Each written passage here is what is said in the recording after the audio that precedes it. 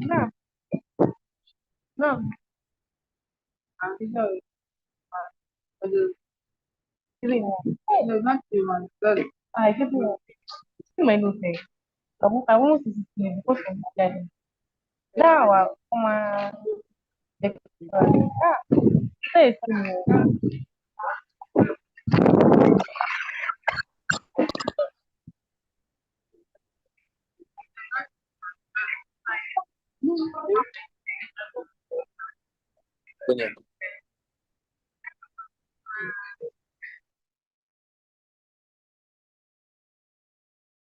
Okay, hello everyone. Good evening.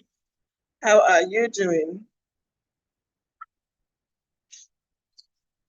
So the class would start in a few minutes. Let's give a few more minutes and we'll start.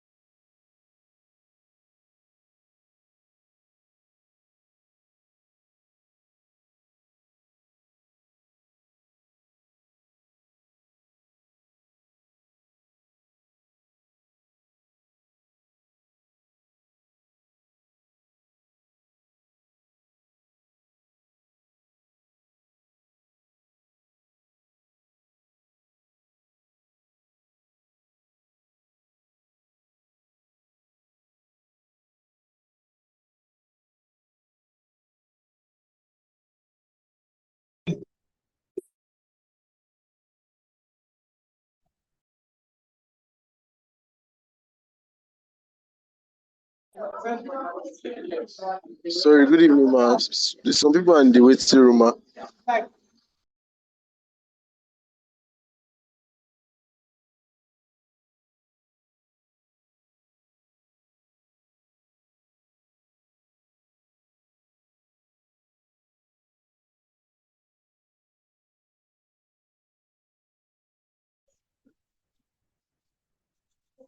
Yes.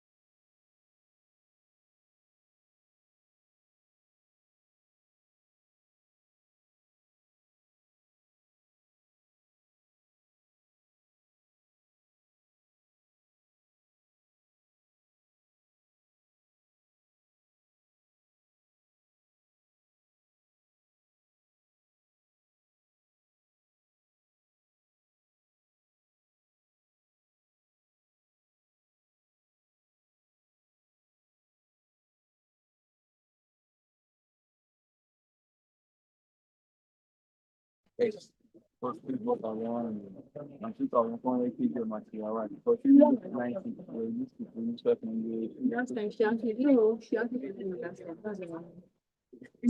Mommy to call me.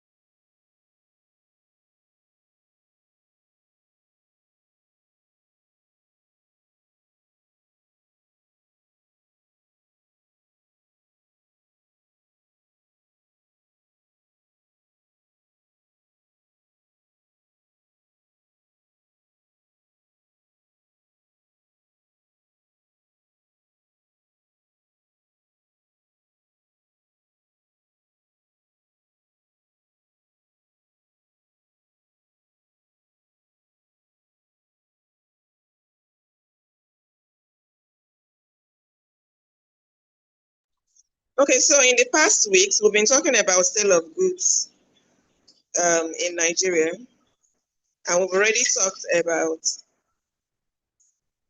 the terms of sale of goods agreement. So someone tried to record the class. There is no need recording it. It's on YouTube, right? So even after this class is done, you can always go to YouTube to access the class, to access the recording. So thank you for your patience. My apologies, I couldn't start immediately. I had to sort out some technical issues. So we've talked about all this passing of property in goods. When does property in goods pass? When it has to do with ascertainable goods, specific goods, and unascertainable goods, unascertained goods. We talked about delivery, payment, and the rules of delivery.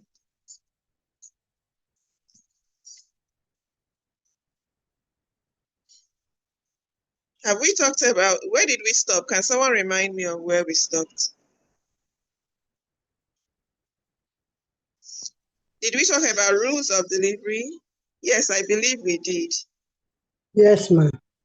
Yes, ma, we start at 2 Okay. Did we talk about, yeah, we did refusal of delivery. Did we talk about acceptance? Yes, ma. Okay. Remedies. Did we talk about remedies? I don't think so. come.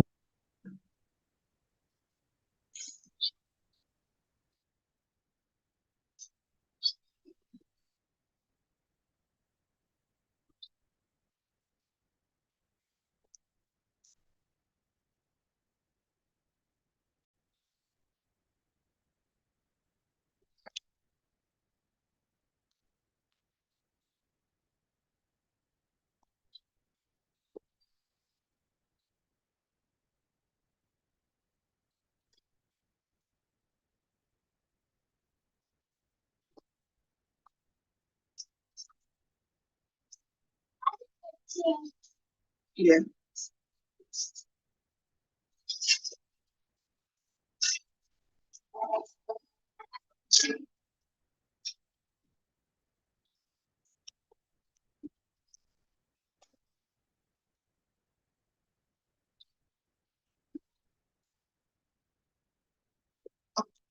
Okay, so are into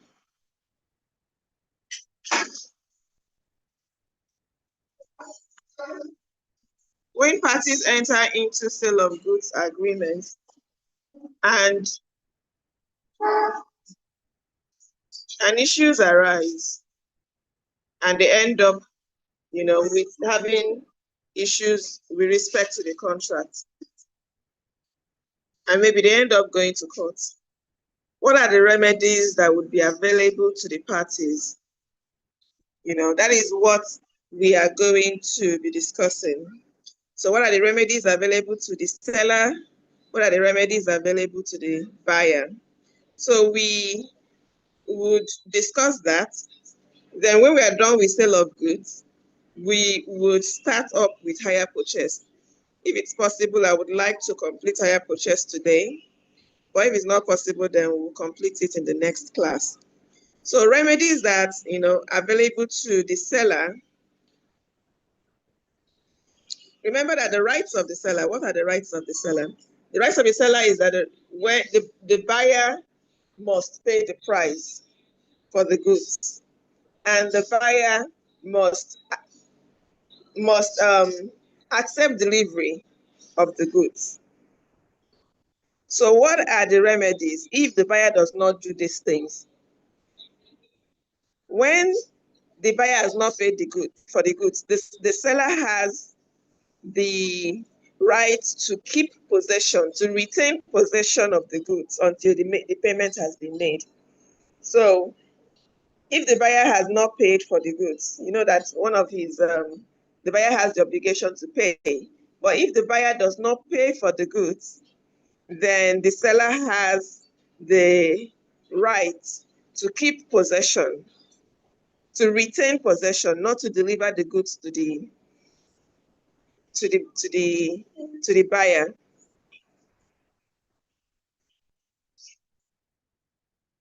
The seller also has, the remedy to stoppage in transit. Okay, there is lien. But before we talk about lien, the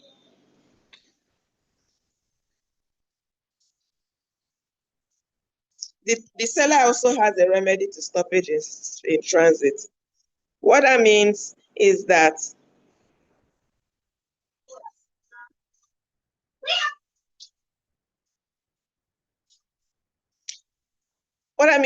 the buyer, if the buyer, if the buyer has become insolvent,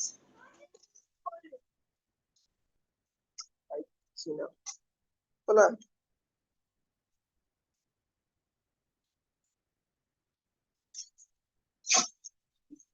sorry, just a minute.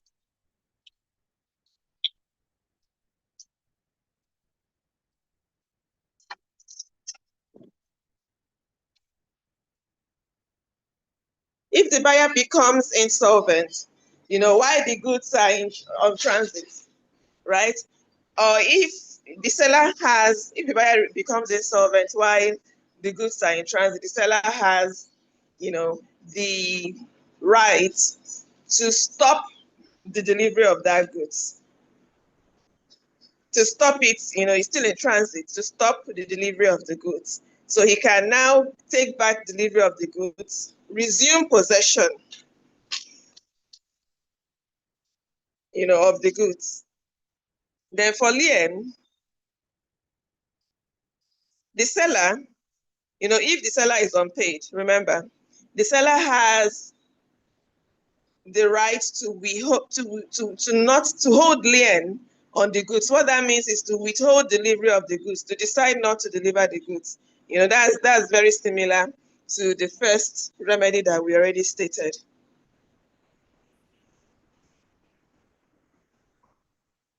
But remember that lien has to do with only when the goods are still with the seller. He doesn't have a right to go to the warehouse of the buyer or to the house of the buyer to take back the goods. It only happens when he's already in possession of the goods. And also where property in goods has not passed to the buyer. Okay, not only where, even when the property in goods has passed, he has the right to lien if he's unpaid, if he has not been paid.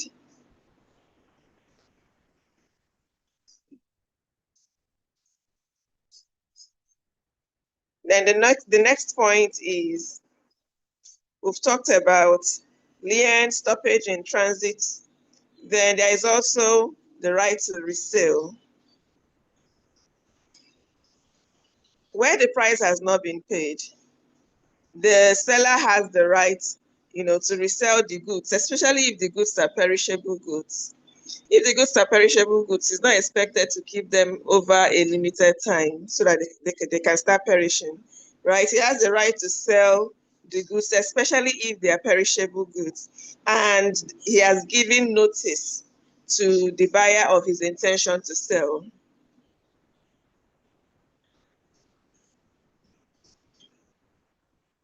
So he can resell the goods. Then there is the action for the price. Of course, that comes naturally.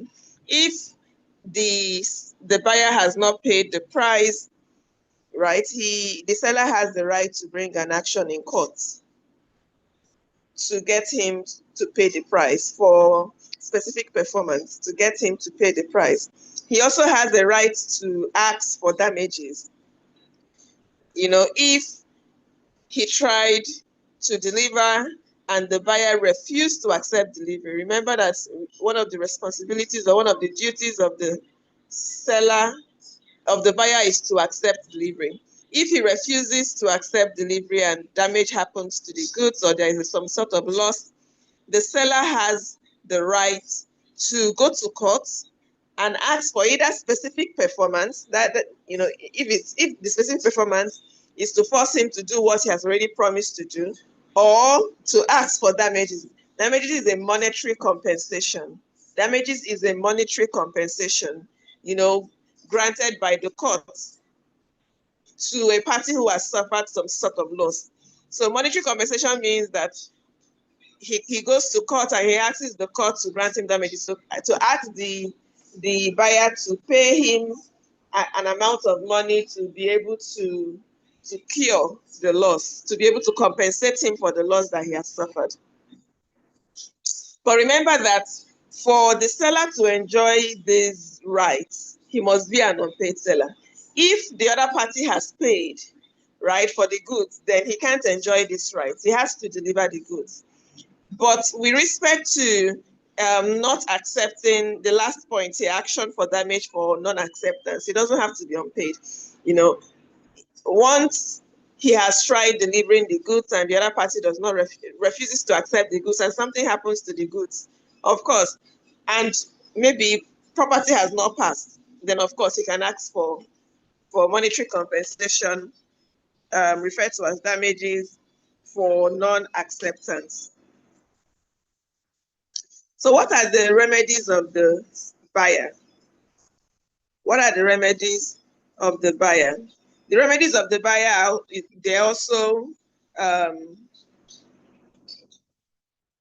very similar to that of the seller. But remember that before we talk about remedies, we always have to talk about the right of the other party. So as the seller, he has the right to to the price. Okay, the seller has the right to the price. We've already talked about the seller's remedies if the price is not paid. The buyer has the right to get delivery of the goods. So that means that the seller has the responsibility to make sure that he delivers the goods to the buyer, right? And that the goods correspond to the sample or to the description that was provided to the buyer. If it was a transaction, goods that were sold by description or goods that were sold by sample. So the remedies is that the buyer has the right to reject the goods if the goods do not correspond with description, if the goods are not of good quality or of acceptable quality or merchantable quality, whichever word you want to use for it. If the goods are not fit for purpose, we talked about fitness of purpose, and that happens only if the buyer informed the seller of the purpose for which he needs the goods for. If those goods do not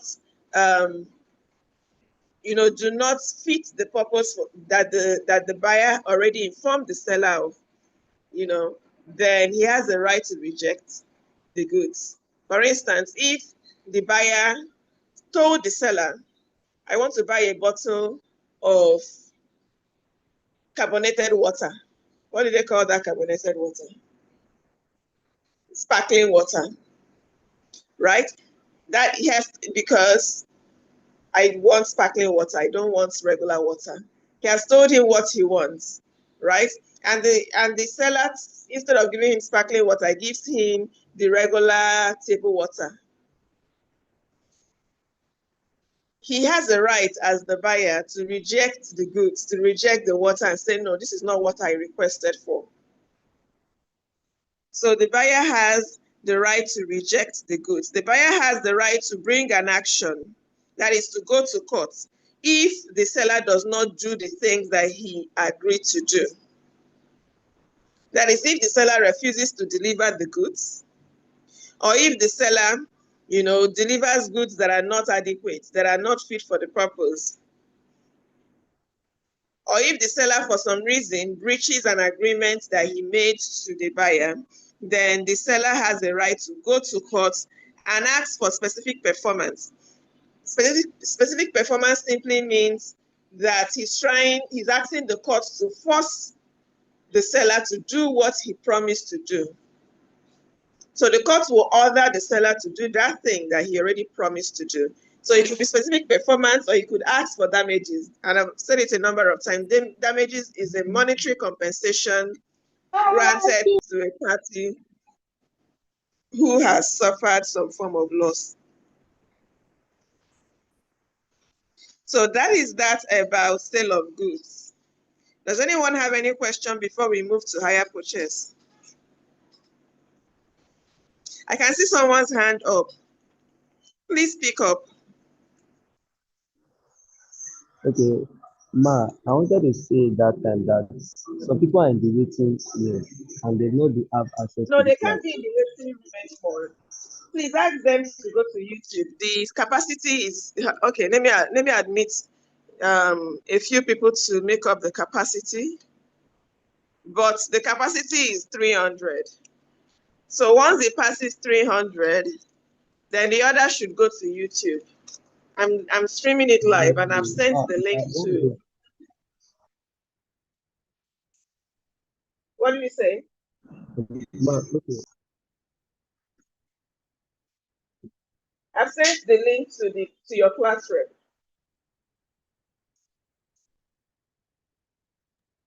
Okay, thank you, ma.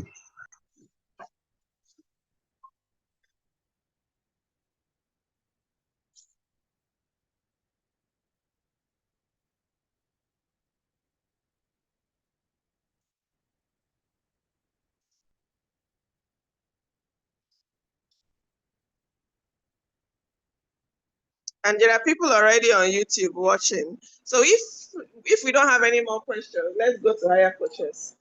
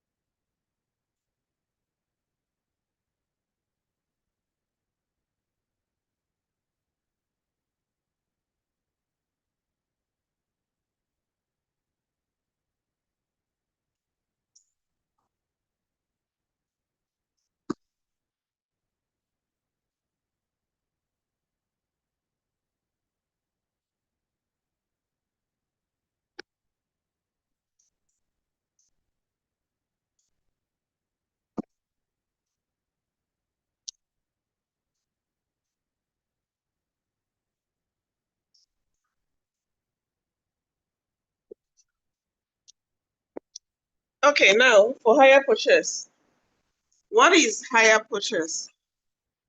Because I'm sure you're already aware of what hire purchase is. Or at least you have an idea of what hire purchase is. Hire purchase is an agreement in which the owner of the goods transfers possession to the hirer for his use and enjoyment in return for payment in regular installments. You can see that a hire purchase is an agreement where what is transferred is possession, not property in goods. The owner still retains property in goods, but transfers possession to the hirer. And in exchange, the hirer makes a payment in regular installments, right? And upon completing the payment, the hirer has the option to either purchase the goods or return them to the owner. So that means that he's supposed to pay regular installments. And so at the end of the installment, at the end of the installment time agreed, he has the option to either purchase the goods or return them to the owner. So what are the features? What are the things that makes a hire purchase agreement a hire purchase agreement? What are the features that makes it different from other types of agreements? Because remember, we're talking about different types of agreements that businesses enter into. We've talked about contracts, which is a general agreement. We've talked about sale of goods. So now we are talking about hire purchase agreements. So what makes a hire purchase agreement different from other agreements? The hire purchase agreement, in the hire purchase agreement, the buyer takes possession of the goods. Immediately, immediately they have agreed. And he agrees to pay, the higher purchase price in installments. So you see that this is a different issue. This is a different feature from certain other types of agreements, which we would also discuss here. Or even said it's a different future compared to the sale of goods agreements. Remember, in sale of goods agreement, what is transferred is property in goods. But in hire purchase agreement, what is transferred is possession. And I've explained possession a whole lot of times. So the price is to be made at the cost of the goods plus interest during the term of the agreement. So the hire purchase price consists of the cost of the goods plus interest. The hire purchase agreement will usually provide that the property in goods shall pass to the hirer when he has paid all the installments, or that after he has paid all the installments, he may still purchase the property by paying a nominal sum. So what this simply means is that the hire purchase agreement always has the option for the hirer to purchase the goods or to get possession and to get ownership of the goods at the end of the payment of the installment. So it depends on what they agree. They could agree that after you have paid this installment for like a year or for like 2 years, you will have the option to maybe pay a nominal amount, a small amount of money, and get, ownership of the goods, of that goods, or you can pay, or maybe if they agree that there is no need to pay any amount, that once you have completed this payment, then you get property in goods, you get ownership. Then that happens if that is the agreement. But at the end of the day, what makes a hire purchase agreement different from other types of agreements is the fact, especially a hire agreement, is the fact that the hirer has the option to purchase the goods at the end. So you would see things like a hire purchase agreement between a person who owns a bus or a or keke, or even a big equipment, right? A big machine, maybe a caterpillar or any other type of machine, right?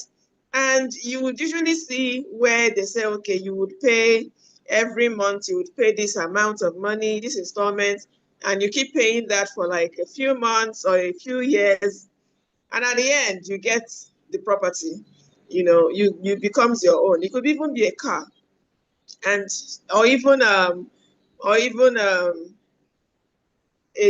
device, maybe a phone or a laptop.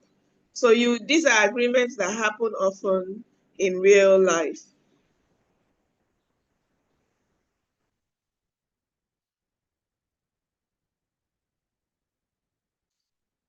So a hire purchase agreement, is the type that the hirer has the right to terminate the agreement anytime before ownership passes to him. So the hirer who has been in possession of the goods and who has been paying instrumentally has the right to decide, well, I don't want to purchase these goods anymore. I don't want to continue with this hire purchase agreement anymore. I want to stop payments, and terminate the agreement. He has the right to do that. And on completion, the hirer also has the option to either accept the goods or return the goods to the owner without liability to make further installments. So you can't force it on somebody that he's been paying, for the hire purchase agreement or for the hire purchase, and now he must take delivery. He doesn't have to take delivery. It's an option that it's an option that he can exercise. He can decide to take delivery or he can decide not to take delivery. So now let's differentiate the different types of agreements. Let's differentiate the different types of agreements. The hire purchase agreement is different from a hire agreement.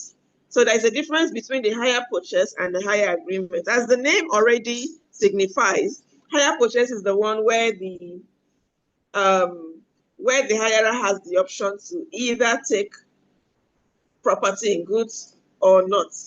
So in the ordinary contract of hire, the owner of the goods, transfers only possession. It's like when you go to hire chairs or you go to hire a car, a bus, right? There is no option for you to buy it at the end of the day. Maybe you guys want to go out for an outing as a faculty or as a department, right?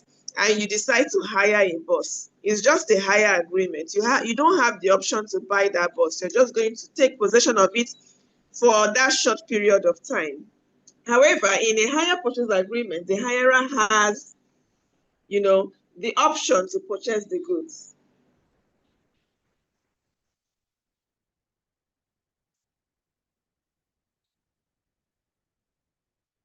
Then how is a hire purchase agreement different from a sales agreement? We've been talking about sale of goods. So in a sales agreement, once the sale agreement is made, once the parties enter into that sales agreement, the buyer, is under the obligation to buy the goods. So he can't change his mind. If he changes his mind, he has breached that contract and he can be sued.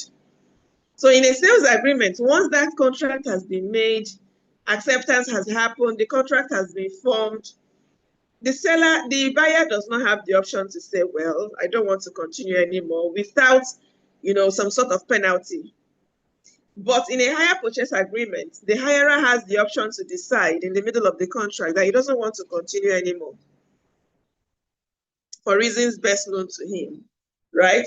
Without any sort of penalty. So that is one of the things that differentiates a sales agreement from a hire purchase agreement. And also in a hire purchase agreement,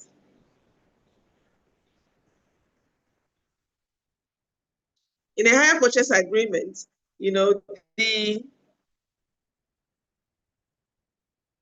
the in a hire purchase agreement, the hirer has the option to either purchase or not to purchase, right? But in sales agreement, they don't have that option. And remember, in sales agreements, what they are agreeing to do is to transfer ownership, not possession. But in a hire purchase agreement, what they're doing, at that early stage is to transfer possession first, then ownership at the option of the hirer. So what are the legal framework with respect to hire purchase agreements? With respect to hire purchase agreement, the legal framework is the Hire Purchase Act. So the Hire Purchase Act is the legal framework, the law that governs hire purchase agreements in Nigeria. Section 1 of the Hire Purchase Act regulates all hire purchase agreements that do not exceed 2,000 naira. And all hire purchase agreements with respect to motor vehicles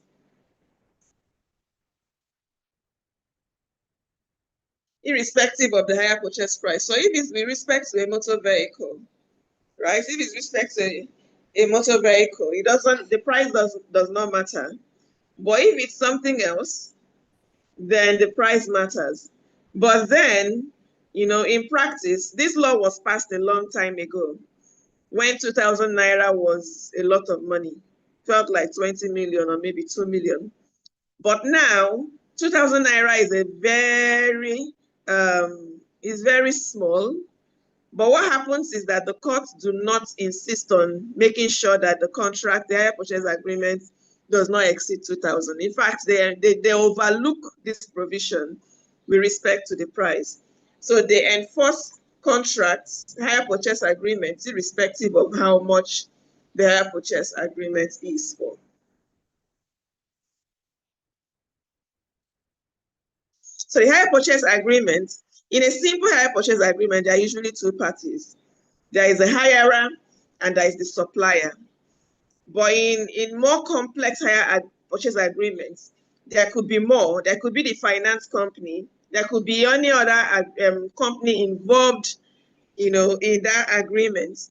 There is, in fact, in complex hire purchase agreements, like when they are hiring all those cranes that they use in construction, there will usually be a finance company. There could be other parties who would be parts of that hire purchase agreement. But the important thing there is that there must be at least two parties, the hirer and the supplier. Every other person is an addition.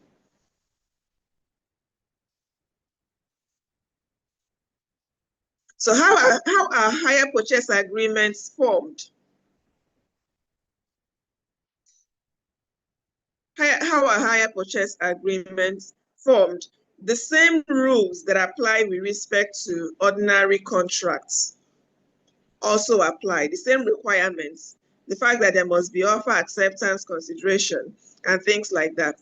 But then Section 2 of the Hire Purchase Act, Section 2 sub 1 of the Hire Purchase Act provides that the owner must state in writing to the hirer some things, right?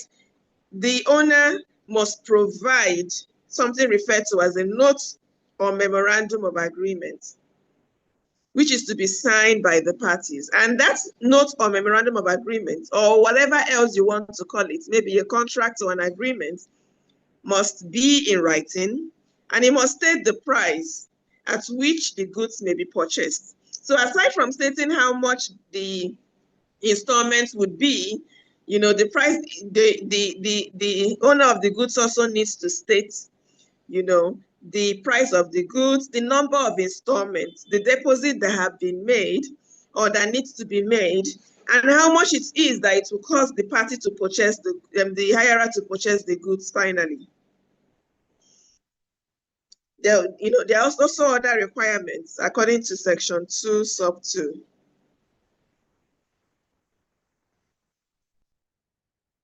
So for an agreement to be treated as a hire purchase agreement, it must possess this, it must have these essential characteristics. The first one is that it must have, the clause, the statement, the provision that the owner agrees to let and the hirer agrees to hire the goods. Or else it might be, it might be described as something else. So the Hire Purchase Act specifies the words that must be in the agreement, that the owner agrees to let and the hirer agrees to hire. It must also contain an agreement where the hirer is given the right to either, buy, to either purchase or terminate the agreement. The other fundamental thing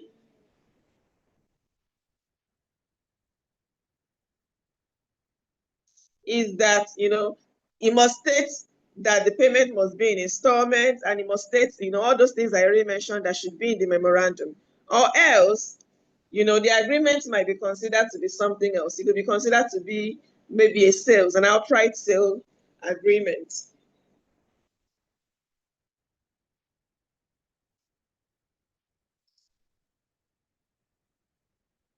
So where there is an illiterate, where an illiterate is a party to the agreement, what happens? Where an illiterate is a party to the agreement, that agreement must be read and explained to that illiterate before he signs for it, before he signs for it to be valid. So you would find that in Section 3 of the Illiterate Protection Act. This same provision also applies where it is a mere contract, it's an ordinary contract, or a sale of goods contract. So the Illiterate Protection Act provides protection for illiterates because, under contract law, they don't have the full capacity to contract. So it provides the Illiterate Protection Act protects the illiterates and requires that whoever is dealing with an illiterate must make sure that whatever is in the contract is read to that illiterate, explained to that illiterate, and that illiterate signs after the explanation. And if you say, okay, what if the agreement is oral? Because we've already stated the agreement could be oral, or it could be by conduct in general contracts. That's a good question if you ask that. But remember that hire purchase contract is different from the general contract law. And the general contracts can be formed anyway, but hire purchase agreements must be formed in writing, must be in writing. That's according, if you want it to be governed by the Hire Purchase Act. So what are the obligations of the parties? So with respect to obligations, right, it's usually divided into the obligations of the parties under common law and obligations of the parties under the Hire Purchase Act. So with respect to obligations of the owner at common law, it is the duty of the owner to deliver the goods to the hirer. So under common law, the owner has the duty to deliver the goods to the hirer. Remember, the hirer has the right to take possession, but that also means the owner has the duty to deliver the goods. And if he doesn't perform this duty, the hirer has a right to terminate that contract.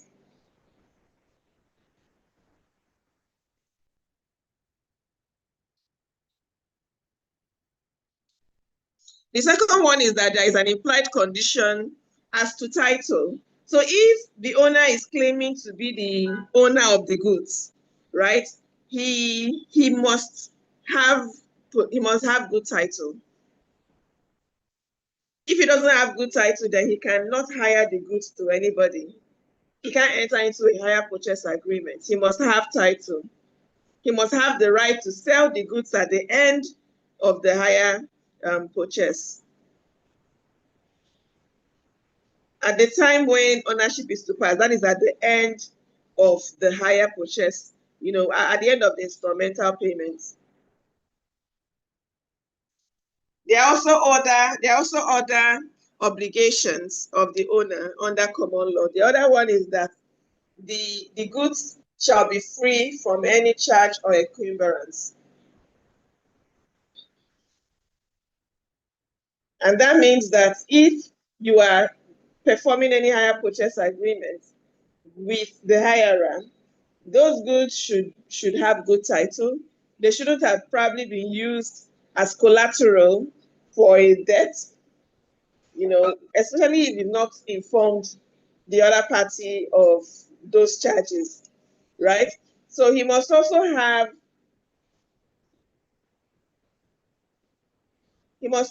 be able to, we've already talked about the title. So the hirer can repudiate the contract.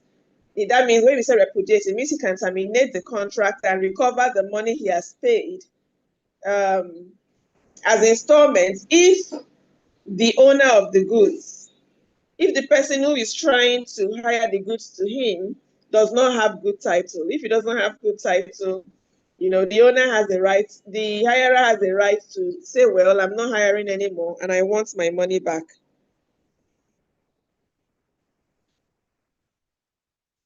And so when the hire purchase agreement is happening, the owner has the duty, the obligation, the duty to make sure that he does not interfere with the quiet possession or the peaceful enjoyment of the goods by the hirer.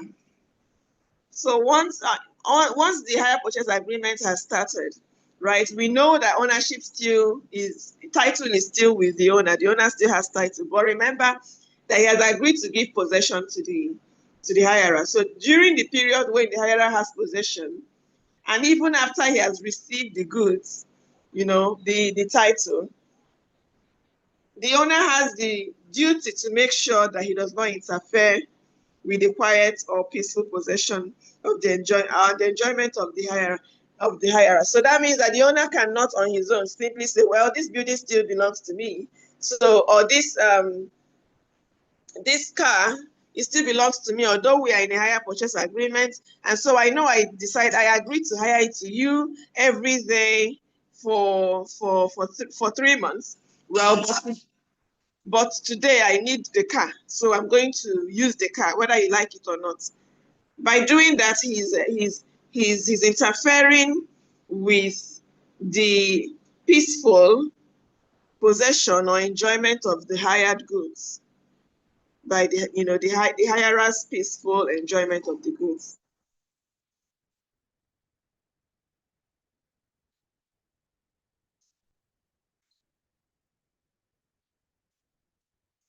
So another implied condition is that the goods shall be delivered. The goods delivered shall be fit for purpose. So if the hirer has explained the purpose for which he needs the goods for, before the hire purchase agreement was made, then he has a right. He has an implied condition. It's an implied condition, which means that, if the goods, if the goods do not, comply, if they are not fit for the purpose for which he has already explained that he needs them for, right? He has a good to terminate that contract and to say he's not doing anymore. And if there are payments that he has made, he might be able to get them back.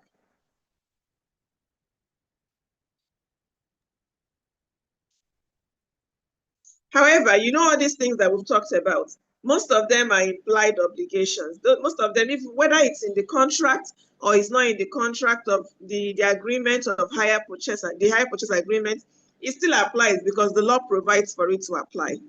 So the other party cannot say, well, we did not agree, when we're hiring, you didn't agree that I cannot interfere with your peaceful possession, or you did not agree that I must have good title. Remember, we didn't put it in the contract. The other party cannot say that. The owner cannot say that because the hire purchase agreement already states, that these things must be, if I'm not even the hire purchase agreement, okay, the hire purchase agreement, common law already states that these are implied conditions. These are implied contracts that must be read into that contract, whether the parties expressly agreed upon them or not.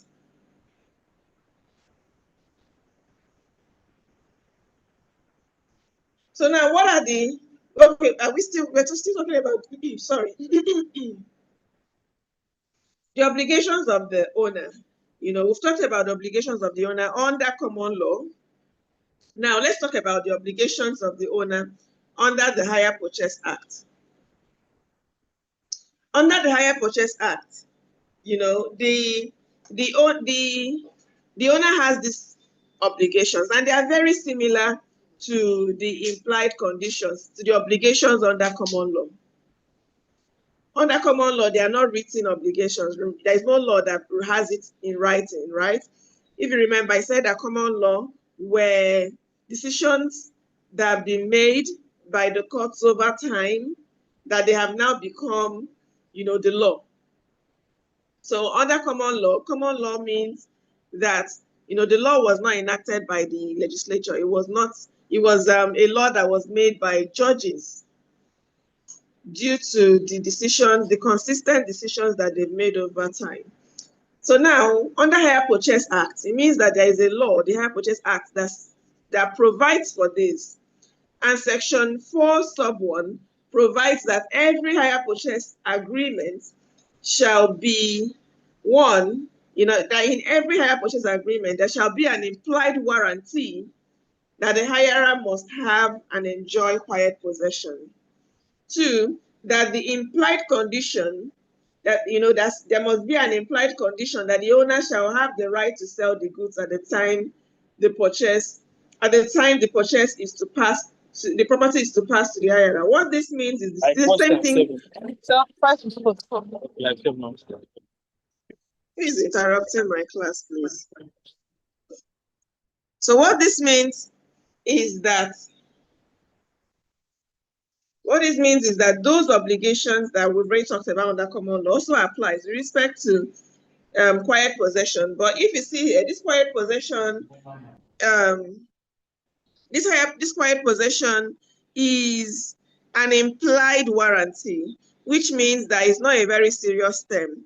If the owner does not give the other party, the hirer, quiet possession, it does not entitle the hirer to terminate the contract. It only entitles him to ask for damages. But then the one with respect to title, the one that says that the hirer, the owner must have good title to pass to the hirer at the time when property in goods are to pass, at the time when title is to pass. And that's usually at the end of the transaction, when installments have been made or when complete installments have been made. The owner must have good title, or else it entitles the other party to terminate the contract and to also ask for damages. Then number C, there is an implied warranty that the goods shall be free from any charge or encumbrance. We already talked about free from goods, from charge or encumbrance when we talked about common law obligations or duties. And so I'm not going to repeat myself. The goods shall also be of merchantable quality. So what this means is that where merchantable quality is another word for good quality, satisfactory quality. So where the defect on the goods is such that the owner, did not have or could not have had reasonable, chance or could not have been reasonably aware, of that defect, then he can terminate that contract. But if the defect is the type that he could have seen it, if it's the type that the hirer could have seen the defect but did not pay attention to it, then he cannot rely on this merchantable quality to terminate the contract. If the owner mentioned to the hirer or told the hirer about the defect before he entered into the hire purchase agreement, then he can't say, okay, he did not know, and so he's trying to terminate. No. The only time he can try to terminate the contract because it's not of merchantable quality is if he was not aware of the defect, and if the defects were not the type that he could have been reasonably aware of.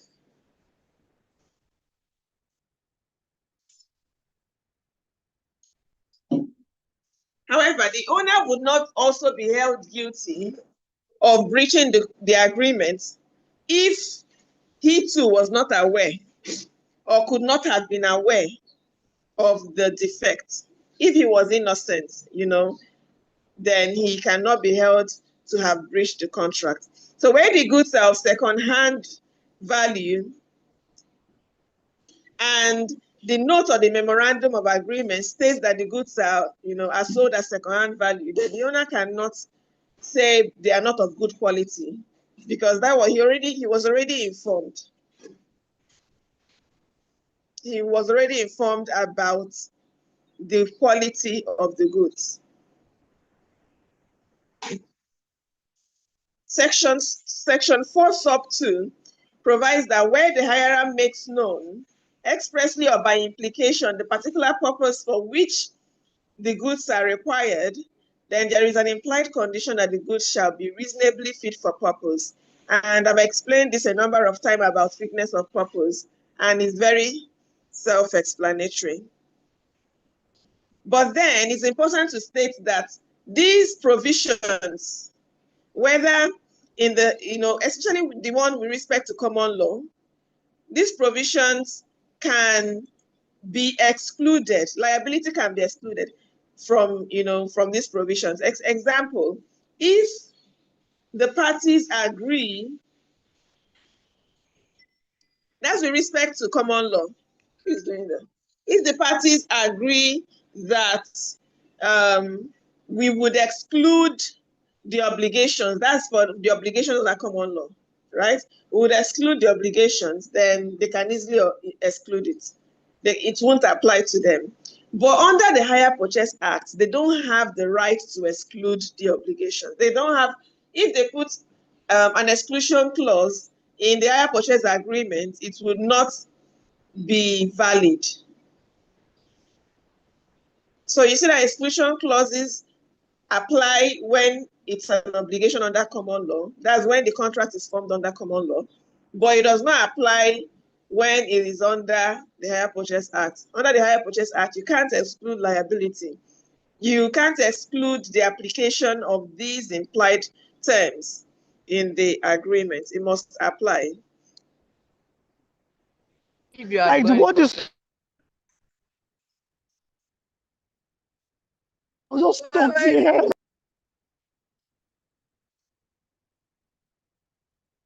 Does anyone have a question? Because I don't understand what the noise is about. Do you have a question? Okay.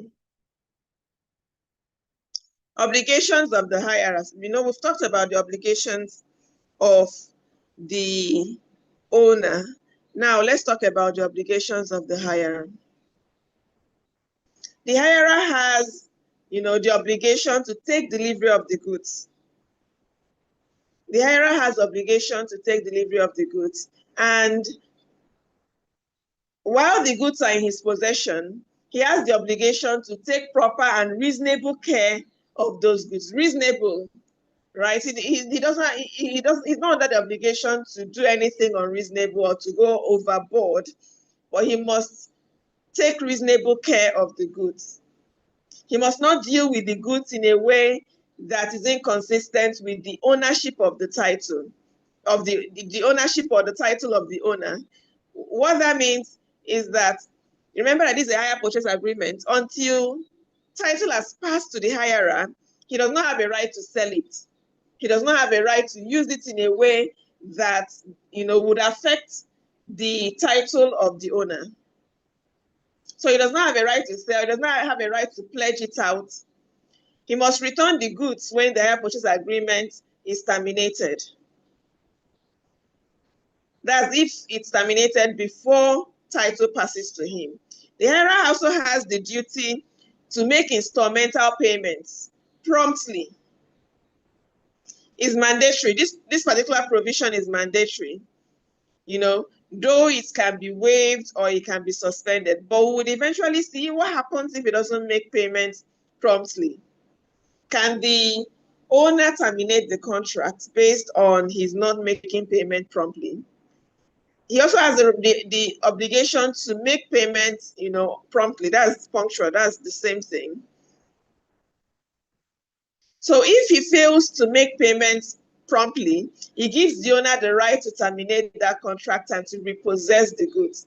So where the owner, where the hirer does not make that instrumental payment as at when agreed by the parties, the owner of the goods have a right to terminate that contract and to repossess the goods, to take it back.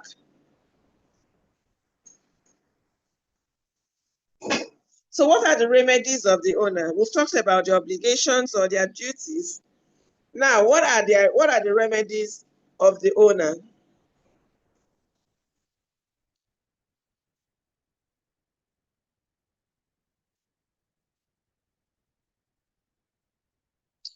So whenever we talk about remedies, you need to always go back, to trace your way back to, to the obligations, right?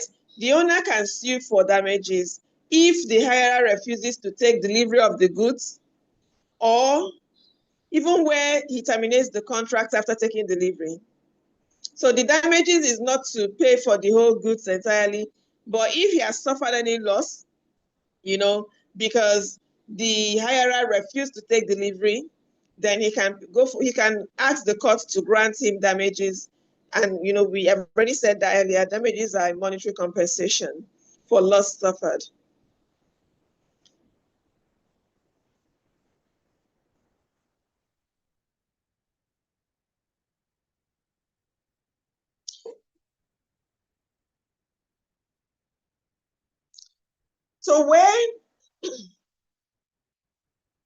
So remember that the hirer has the right to terminate the agreement and to return property to the owner at any time before the final payment is due, or at any time before he takes possession, before he takes ownership of the goods. However, the Hire Purchase Act provides that that this must be done in writing, right?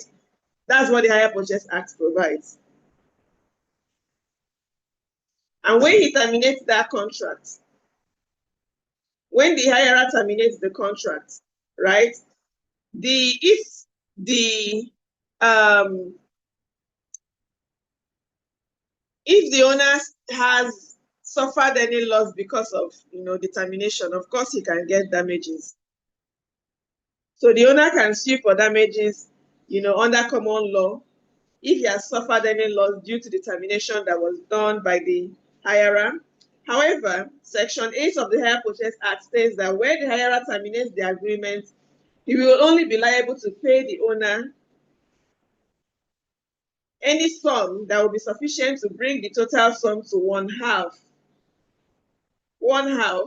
of the hire purchase agreement. Under common law, the owner can sue for damages, can ask for compensation, and the amount he can ask for there is no cap on the amount he can ask for. However, under the hire purchase agreement, there is a cap, right? The owner of the goods can only receive, a sum from the hirer, the sum of money that would make up for half of the hire purchase price. So if the hire purchase price was for 500 naira or for 500,000 naira, and the hirer, has been using the goods, but all of a sudden decides that he wants to terminate the contract, the owner cannot sue for any amount of money, that he thinks of. If it's under common law, of course he can. But under hire purchase, he cannot. The only thing he can ask for is half of that 500,000 naira.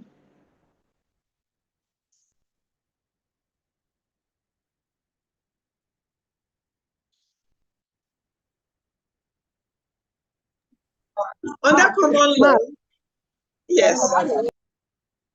Is it irrespective of how long it has lasted before the hirer is terminated? Sorry?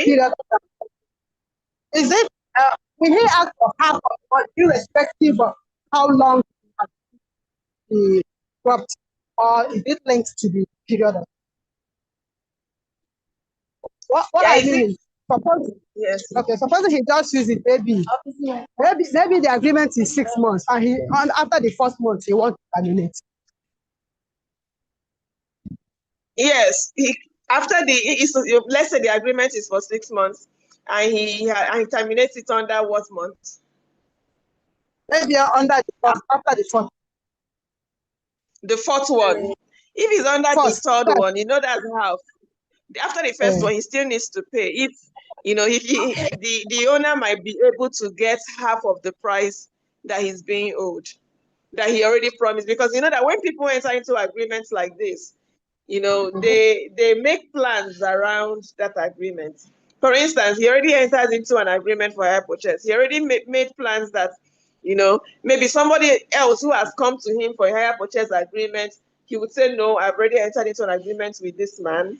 So, you know, I won't be able to enter. So what happens after the hirer decides all of a sudden to terminate after the first month?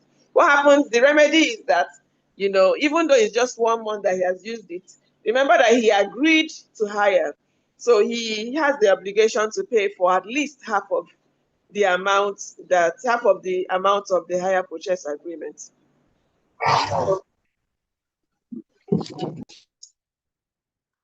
So under common law, the owner has the right to repossess the goods where the hire commits a breach.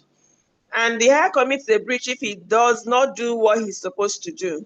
For instance, if he does not take reasonable care of the goods, right? And the owner notices that he's not taking reasonable care of it, that means he has breached his agreement. So the owner can decide to terminate and to repossess the goods, to take back his goods. He can exercise the right, you know, without due process. That's under common law. He can seize the goods even where the hirer has made substantial payment. Where the hirer commits a breach of agreement and the owner can repossess the goods and sue the hirer for the arrears of payment. For instance, if the hirer has been hiring, you know, but he's not been paying, the owner has the right to terminate the contract, take back his goods, repossess them, and sue him for the arrears that he's owing him. However, this is under common law, you know, and this provision can be easily and has been easily abused by owners. But what does the hire purchase act say? You know, to mitigate the hardship that was caused by that common law provision, right? Section 9 of the hire purchase act provides that where a reasonable portion of the hire purchase price has been paid, the owner can only repossess the goods by instituting an action in court. Remember that under common law, it does not need to institute any action in court. Under common law, he does not need to institute any action in court. All he needs to do, he can just exercise that power at any time, arbitrarily, without any due process. But the Hire Purchase Act says that you can exercise that right to repossess, but you must only do it by going to court first. And you know, when defining what really relevant portion is, the Hire Purchase Act, you know, defines relevant portion as half of the hire purchase price. So if the hirer has paid at least half of the hire purchase price, or 3/5 of the hire purchase price if the goods in question are motor vehicles. If they're not motor vehicles, half is fine. If they're motor vehicles, 3/5 of the hire purchase price, then the court will consider that as a relevant portion, according to Section 91. And where the owner contravenes this provision of Section 9(1), right, the agreement will be terminated, and he will be liable to refund the hirer all the sums that he has paid with respect to the hire purchase agreement. So this act kind of provides more protection to the hirers. It says that if the owner goes against this provision with respect to repossession, then the hirer has the right to get back all the money that he has paid, irrespective of how long he has used the goods for. Where the hirer has not paid any relevant portion, the hire, you know, of the hire purchase price, then the owner can repossess the goods without consent or an order of court. So this protection only applies where a relevant portion has been paid by the hirer. If the hirer has not paid the relevant portion, then the owner can exercise this right to repossess the goods without going to court. He can also choose to go to court, but he can also choose not to go to court. And this provision does not apply where the hirer has already exercised his right to terminate the agreement.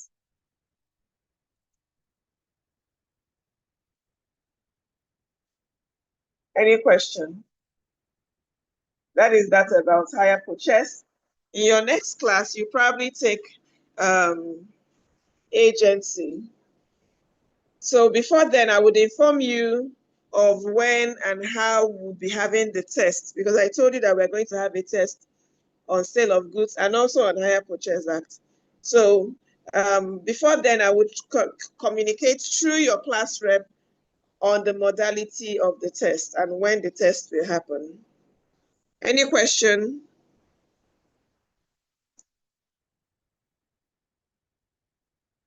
All right, good evening, everyone. Have a great day.